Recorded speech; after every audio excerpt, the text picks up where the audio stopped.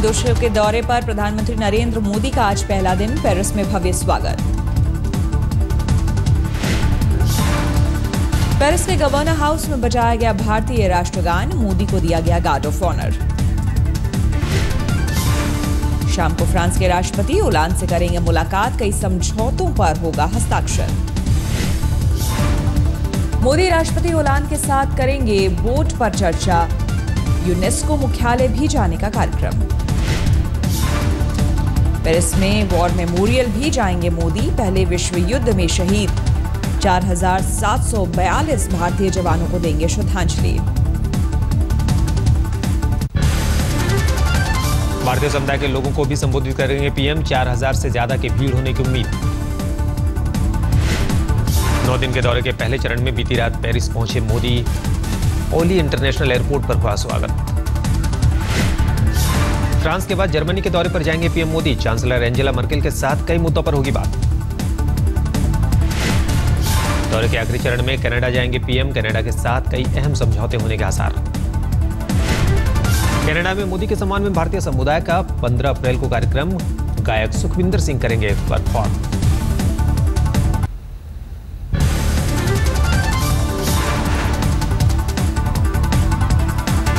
IB दस्तावेजों के हवाले से इंडिया टुडे का खुलासा, जवाहरलाल नेहरू ने कराई थी सुभाष चंद्र बोस के परिजनों की जासूसी।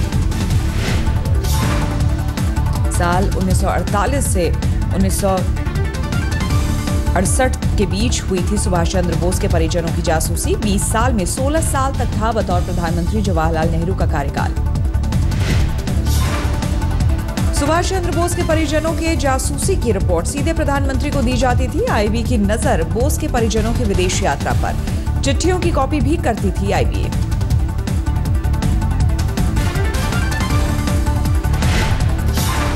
फाइल्स बाहर निकलनी चाहिए। जो वास्तविकता ये है कि सुभाष बोस उस हवाई जहाज की दुर्घटना में उनका निधन नहीं हुआ था। वो एक ड्रामा उन्होंने रचा था ताकि ब्रिटेन और अमेरिका गुमराह हो जाए।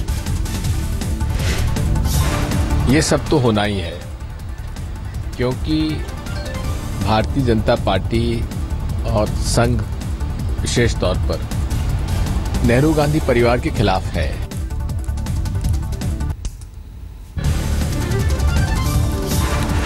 इंडिया टुडे का खुलासा, सुभाष चंद्र बोस के भतीजे अमीयनाथ बोस और शिशिर कुमार बोस पर होती थी आईबी की नजर, दोनों थे नेताजी के करीबी। आईबी दस्तावेजों के आधार पर इंडिया टुडे का खुलासा, किसी आतंकवादी के घर वालों की तरह होती थी बोस के परिजनों की निगरानी। बोस के जासूसी को लेकर इंडिया टुडे के खुलासे के बाद राजनीतिक गलियारों में हलचल, अलग अलग बयान। भारत का राहत अभियान खत्म, देर रात देश वापस लौटा आखिरी जत्था। अशांति के बीच से 5 दिन के नवजात को भी बचाया गया, डॉक्टरों की निगरानी में कोच्चि लाया गया मासूम। राहत खत्म होने के बाद विदेश राज्य मंत्री वीके सिंह की वतन वापसी, दिल्ली एयरपोर्ट पर ढोल नगाड़ों के साथ स्वागत। एयरपोर्ट पर वीके सिंह के घर वाले भी थे मौजूद, कहा हमें उन पर गर्व है। 5,500 भारतीयों को निकाल लिया है, उसके अलावा हमने 1000 विदेशियों को भी निकाला है। इस समय जितने लोग निकलना चाहते थे उनको हमने निकाल लिया। अब बाद में कोई जो अब तक जिसने अपना मन ना बनाया हो, अगर वो निकलना चाहे तो मैं कह नहीं सकता। हमने यमन में राहत कार्य के आखिरी दिन 630 लोगों को एयरलिफ्ट किया गया। आईएनएस सुमित्रा ने 349 लोगों को बचाया। 10 दिन तक यमन में चला रेस्क्यू ऑपरेशन, भारतीय दल ने करीब 5600 लोगों को मुसीबत से उबारा। 4640 भारतीय नागरिकों का दल ने किया रेस्क्यू, 960 विदेशी नागरिकों को भी भारतीय दल ने बाहर निकाला। लोगों को बचाने में जी जान से जुटे रहे इंडियन नेवी, एयरफोर्स के जवान। 17 ग्लोब मास्टर विमान भी बचाव में लगाए गए।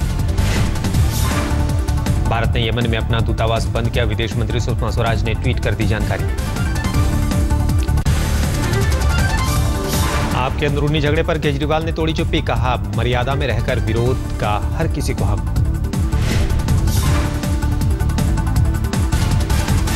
मुख्यमंत्री केजरीवाल का बयान, दिल्ली के लोगों से पूछकर बनाएंगे बजट। आशुतोष की किताब लॉन्च के मौके पर केजरीवाल का बयान, दिल्ली की जनता मेरे काम से खुश है। आशुतोष ने लिखी है the crown Prince, the gladiator and the hope नाम की किताब। इसमें देश की सियासत का विश्लेषण। To take this long journey, 67 out of 70, which has never happened in Indian politics, I think it is the biggest upset and the biggest revolution in the Indian electorate. Jammu Kashmir के सीएम मुफ्ती मोहम्मद सईद के खिलाफ प्रदर्शन, जम्मू के नगरोटा में उठाई आवाज। दिल्ली से सटे फरीदाबाद में कश्मीरी पंडितों ने साझा किया दर्द, कहा जब तक कश्मीर में टाउनशिप नहीं बसाया जाएगा तब तक वापस जाने को तैयार नहीं होगा कोई परिवार। केंद्र सरकार पर बरसे यूपी के सीएम अखिलेश यादव, बस्ती में एक जनसभा के दौरान बीजेपी पर लगाया समाज को बांटने का आरोप। जो गुमराह करते हैं, पता नहीं कौन सा मामला लेकर के आ जाए, कौन सा नारा लेकर के आ जाए। खेल संघों के संचालन के लिए हिमाचल प्रदेश विधानसभा में स्पोर्ट्स बिल पास, बिल के विरोध में थी बीजेपी नेता प्रेम कुमार धूमल ने लगाया आरोप, राजनीतिक फायदे के लिए लाया गया बिल। नेशनल कॉन्फ्रेंस अध्यक्ष फारूक अब्दुल्ला श्रीनगर लौटे, विदेश में 5 महीने से चल रहा था इलाज।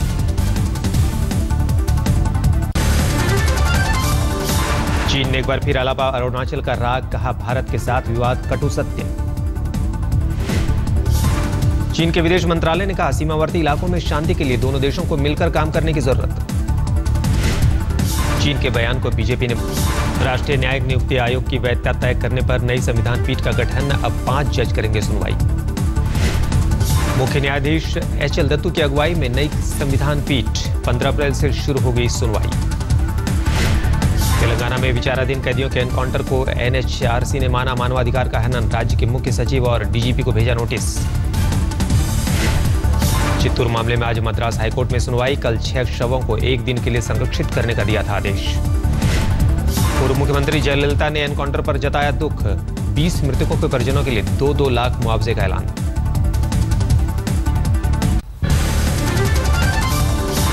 लाल बत्ती में घूमते नजर आए दिल्ली के परिवहन मंत्री गोपाल राय, सफाई में कहा लाल बत्ती पर नजर पड़ते ही बदल ली थी गाड़ी।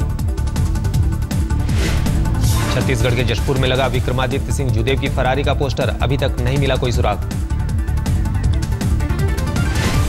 1 मई से मोबाइल रोमिंग रेट में मिलेगी राहत, ट्राई ने किया ऐलान, रोमिंग में कॉल रेट 23% और एसएमएस भेजना 40% तक सस्ता। एनजीओ ग्रीन पीस पर केंद्र की कार्रवाई, विदेशी चंदा विनियमन कानून उल्लंघन के आरोप में भेजा कारण बताओ नोटिस। अंतर्राष्ट्रीय रेटिंग एजेंसी मूडी ने बढ़ाई भारत की रेटिंग, अर्थव्यवस्था के ताजा हालात को देखते हुए भारत की रेटिंग स्टेबल से की पॉजिटिव।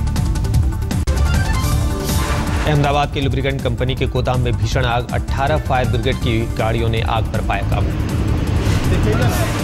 हादसे में किसी के जख्मी होने की खबर नहीं, गोदाम में आग लगने की वजह तलाशने में जुटे अधिकारी। मुजफ्फरनगर के रसूलपुर में पंचायत का फरमान, दहेज मांगने वालों पर 81,000 का लगेगा जुर्माना, लड़के की शादी पर 2 साल का लगेगा प्रतिबंध। पश्चिम बंगाल में किसानों के सुसाइड का सिलसिला जारी, वर्धमान में एक किसान ने की आत्महत्या। बेमौसम बारिश की वजह से बर्बाद हुई थी धान की फसल, किसान पर था करीब 50,000 का कर्ज। अफगानिस्तान आर्मी के अधिकारी पर दिल्ली में रेप का केस दर्ज, पूर्वी दिल्ली की एक लड़की ने की शिकायत। पीड़ित के मुताबिक गेस्ट हाउस में अधिकारी ने किया रेप, धमकाने का भी लगाया आरोप। भारत में इलाज कराने आया था आरोपी अफगानी अधिकारी, दूतावास को खबर कर जांच में जुटी पुलिस। दिल्ली के राजापुर इलाके में एक कार से बदहवास हालत में मिली महिला, पुलिस ने इलाज के लिए भेजा अस्पताल। पुलिस को फोन पर मिली थी महिला के अपहरण की कॉल, कार चालक को हिरासत में लेकर जांच जारी। दिल्ली के पूर्व एमएलए रामबीर सिंह के प्लॉट से बरामद हुआ प्रतिबंधित हथियार AK-47 और SLR। नीरज बवाना से पूछताछ के बाद स्पेशल सेल ने की थी छापेमारी। उत्तराखंड पुलिस से लूटा गया था AK-47, दिल्ली पुलिस के स्पेशल सेल का दावा।